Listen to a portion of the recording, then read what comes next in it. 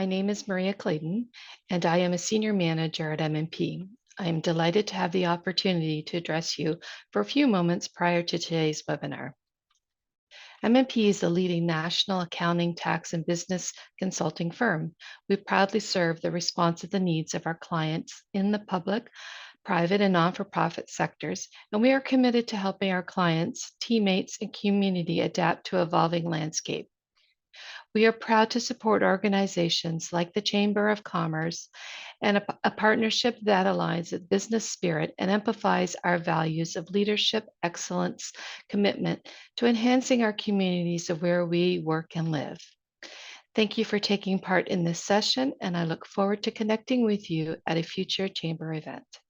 Hello everyone, my name is Olena Weber and I'm licensed immigration consultant here in Cambridge, Ontario. I'm a proud member of Cambridge Chamber of Commerce and I was invited to do this short but really informative workshop about recent immigration changes and how they can impact your business. So let's dive into it. In this session, I will tell you what are the recent changes in immigration and what effect they can really make on your specific business. But before we start, let me tell you a little bit about myself. My name is Olena Weber, as I mentioned, and myself and my husband, Corey Weber, we run an immigration company called Weber Immigration. We are a regulated Canadian immigration consultant, which means that we can practice immigration law. We've been in business more than 7 years, so we're very experienced. We specialized in labor market impact assessment applications. If you don't know what is it, you can stick with us a little bit more so I can tell you what those are. We also specialize in Ontario Immigrant Nominee Program and other federal economic immigration streams. We do serve companies as well as individuals. So basically, we provide legal support with regards to immigration matters to companies and to individuals as well. So let's talk about those immigration changes and why you should be aware of them. Okay, so everything really started in 2020. I do want to give you a little bit of a background, just because if you are HR or you're business owner or you're in the management position, it is very important for you to have a big picture and understand what is really happening in the world of immigration and how it can impact your company. So as I mentioned, everything started in 2020 because of the pandemic. The government really implemented open doors policy, which really arguably was not the best decision, but at that time it really made sense economically to invite a lot of immigrants. What that means? That means that Canada welcomed a lot of immigrants on temporary status, some on permanent status as well, but most of them really just on temporary status. What that means is that physically there were a lot of students and workers who arrived in Canada between 2020 and 2023. So it was truly open doors policy, just because the government rightfully wanted to boost the economy, because immigration really does boost the economy.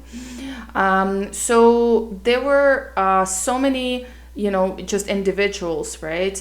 Temporary foreign workers, international students who arrived in Canada, that very quickly in 2023, the government realized that our system, Canadian immigration system, and just, social system that we have here, we cannot support this many immigrants, this huge influx all at once. It's just not possible to support this many all at once. So very quickly they realized it. They realized that it has effect on housing market and other areas of our life here in Canada. So in 2023, early in 2023, they really started shutting things down. Now in 2024, we really start experiencing the effect of immigration policies being closing its doors on the immigrants, in simple words, right? So how that looks like?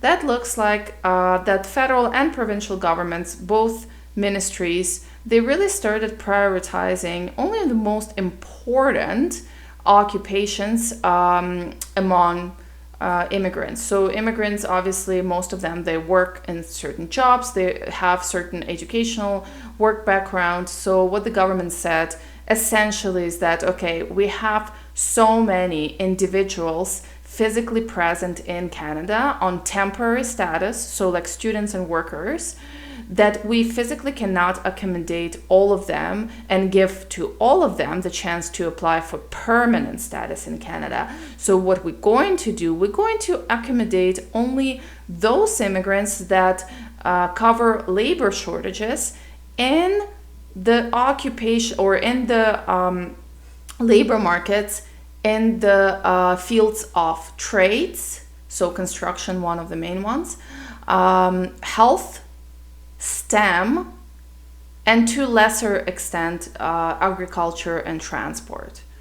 So again, what the government is doing right now, they're really trying to figure out what they're going to do with absolutely unprecedented number of immigrants that are already in Canada. They are already physically here, and they are on temporary worker or student. Most of them are workers, student status. So because they can't really accommodate all of them in terms of granting that permanent status, they said, okay, we're going to prioritize trades, health, STEM, lesser extent agriculture and transport, and everybody else, it's up to them to figure out whether they want to go home to when their status in Canada expire, when their work permits expire, right?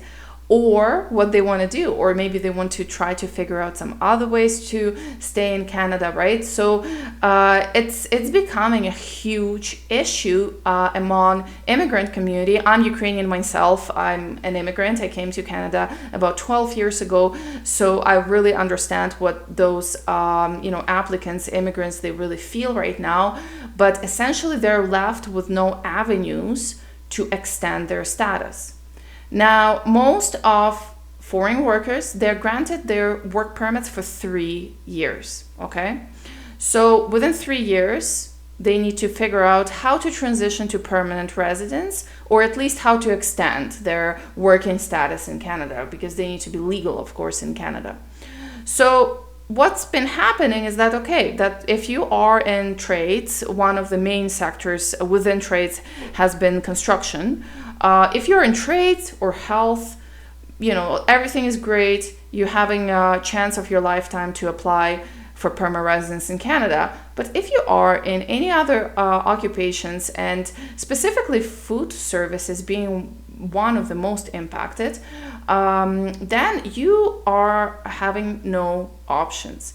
In Ontario, federal government and provincial government is almost limiting all the options for those immigrants who are not in trades, health, STEM, agriculture, and transport. So all the other applicants who are not in these sectors, they simply, their work permits expiring and they don't know what to do. And if those workers are your employees, then as a business, you have to know that, right? Because what's happening is that businesses, they start losing their employees. And because a lot of business owners, especially, if you're busy, if you are, owner, operator of the business, and you have a busy schedule, probably immigration is not the first thing on your mind and following all the policies, right? So a lot of the owners, management, they're just simply not aware, and they're being blindsided by this, right? So one day you can come to the office and you can have bunch of your foreign workers standing there and saying that they cannot show up to work the next day because their status expired, right? And in a very real sense, it has been happening already to a lot of companies. Like we do serve within our business a lot of companies. We recently had a bank who had this situation.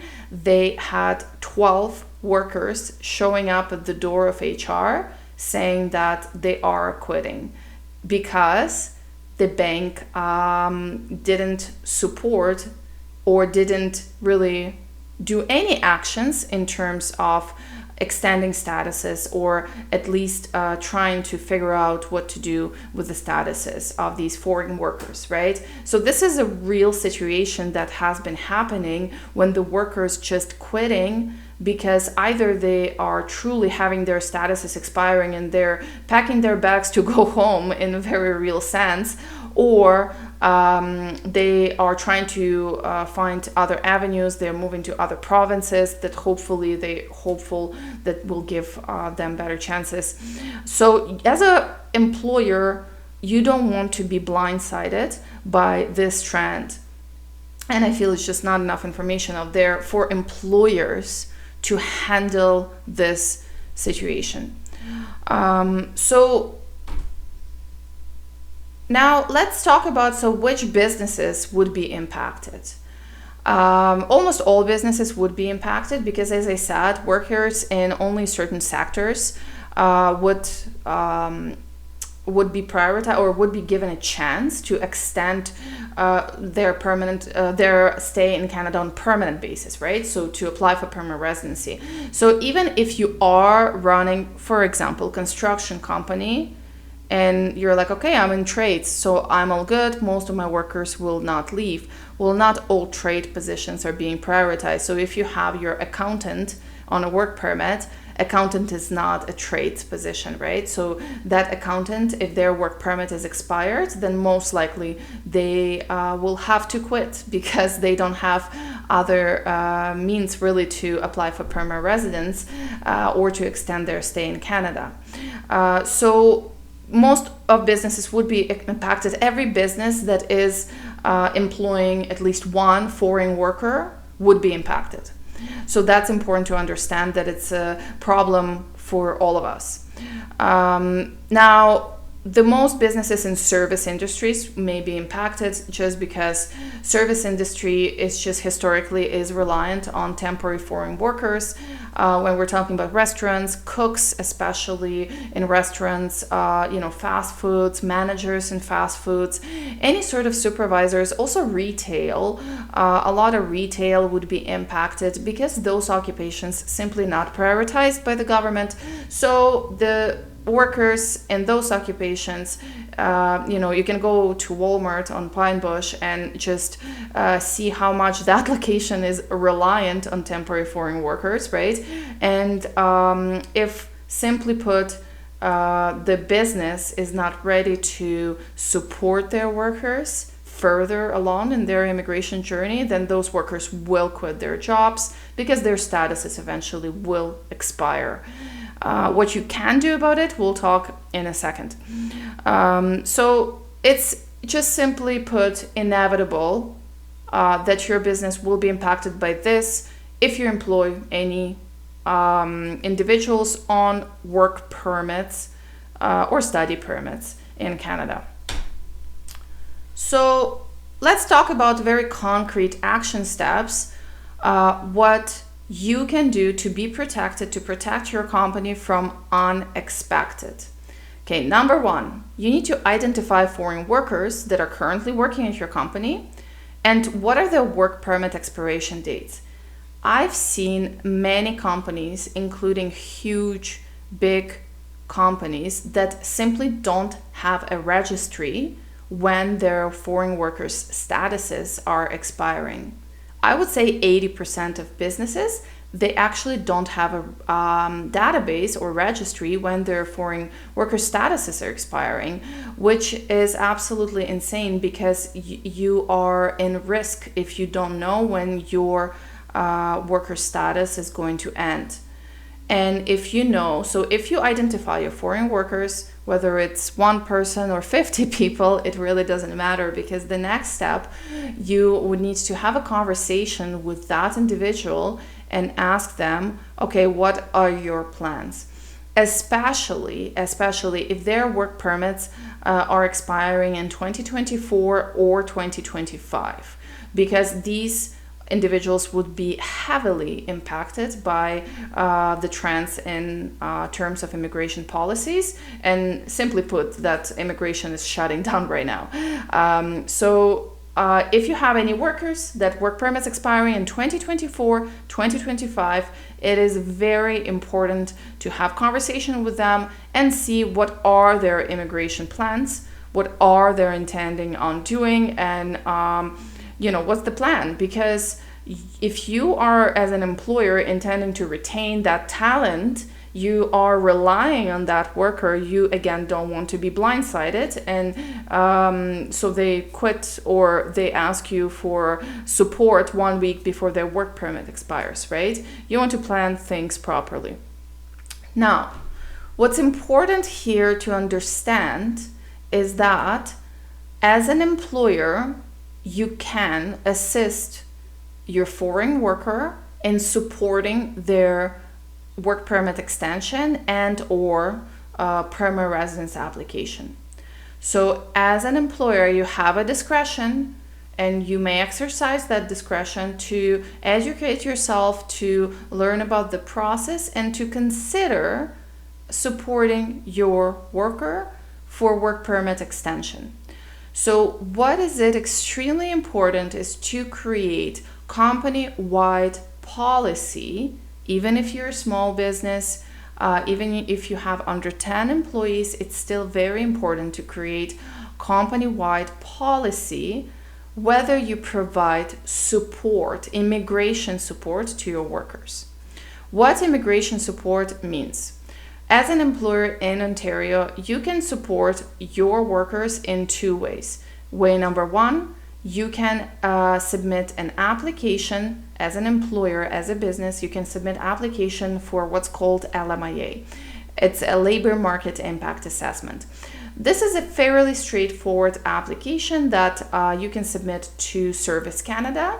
That application gets assessed. It takes a while. Right now it takes about 4 months to get assessed.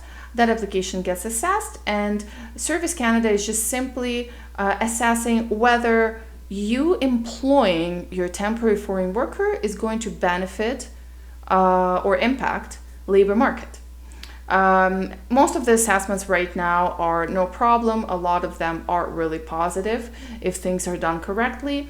And if this LMIA is approved, then what you can do, you can provide this LMIA document to your worker, and then as simple as that, your worker can extend their work permit for another 2 to 3 years. So this is the most common way to provide support to your workers. Another way would be to provide support to your workers through Ontario Provincial Nominee Program. This is also a pretty good option. However, it is a bit more risky because it doesn't always work out. It's still very difficult to use Ontario Immigrant Nominee Program for the benefit of your workers because Ontario government also prioritizing those sectors: trades, health, STEM, agriculture, and transport. So really, LMIA is really just a better option. But still, what you really need to do as a manager in your company, you need to educate yourself about, just briefly, about what those applications are, what they entail, LMIA, OANP, what those are, what they entail, and then just create a policy for your company, whether your company, generally speaking, considers providing that support to specific workers. Is it on case-by-case basis, or is it a hard no? A lot of companies, especially big companies in Ontario, they have a policy that we do not provide support in terms of LMIA or Ontario Immigrant Nominee Program, and that is okay. But it is beneficial for both parties, you and your worker, to know, to be aware of these policies. Also, you can set aside some time, educate yourself about those support options, and then you can decide, okay, I may consider it on case-by-case basis. depending on the specific circumstances of the temporary foreign workers' employment, right? But what's important here is to learn about those support options, learn which foreign workers do you have, when the work permit's expiring, and whether you would like to support them. Of course, you would need to also adjust your hiring processes. So maybe not your current workers, but the future workers that you're going to hire. You may want to include in your hiring process just certain questions about their plans, right? What are the plans? How you're planning to handle your immigration, because some workers, they truly would like to go back home after they finish working in Canada, and that's fine. But you may want to adjust your hiring policies just so you address those questions. And you may just simply ask, listen, I've heard immigration is difficult right now. How are you planning to apply for PR? Like, how does it look for you? Like, maybe have you had a consultation with an immigration consultant? Have you, considered your options? Because again, what you're trying to do, you're just trying to get a lot of information from your prospective hire, from your current worker, just so you're not blindsided, as some employers are when dozen of employees show up at their doorstep and saying they're quitting. So I don't want that to be you. And then, of course, the last point, as I mentioned, get educated in technicalities of the processes, how you can support your workers, and whether it just simply makes sense for your company, right? Sometimes it doesn't make sense, and you may just let those permits expire, and then you may be okay to put this situation in the hands of your employee and let them just figure it out, right? If they figure out how to extend their permits, great. If they don't figure it out, then too bad, so sad. But at least you are mentally and just on paper prepared for that employee to finish their employment with your company, right? And that's fine. But it's important to know. Or maybe if you have an employee who is a foreign worker and you are under no circumstances ready to lose that employee, then you may want to consider those support options like LMIA or ONP right now, again, so you don't caught off guard. So yeah, those general steps would be super useful. If you are undertaking these steps in your company, trust me, you are already ahead of 80% of employers in Ontario. All right. Now, thank you so much for your time listening to this short workshop. I'm sure you would have a lot of questions. If you do need to contact us, you can see our email on the screen. And I have created a special link to Cambridge Chamber of Commerce members. If you do want to book a consultation, then you can use that link as well. Thank you so much, and I hope to see you soon.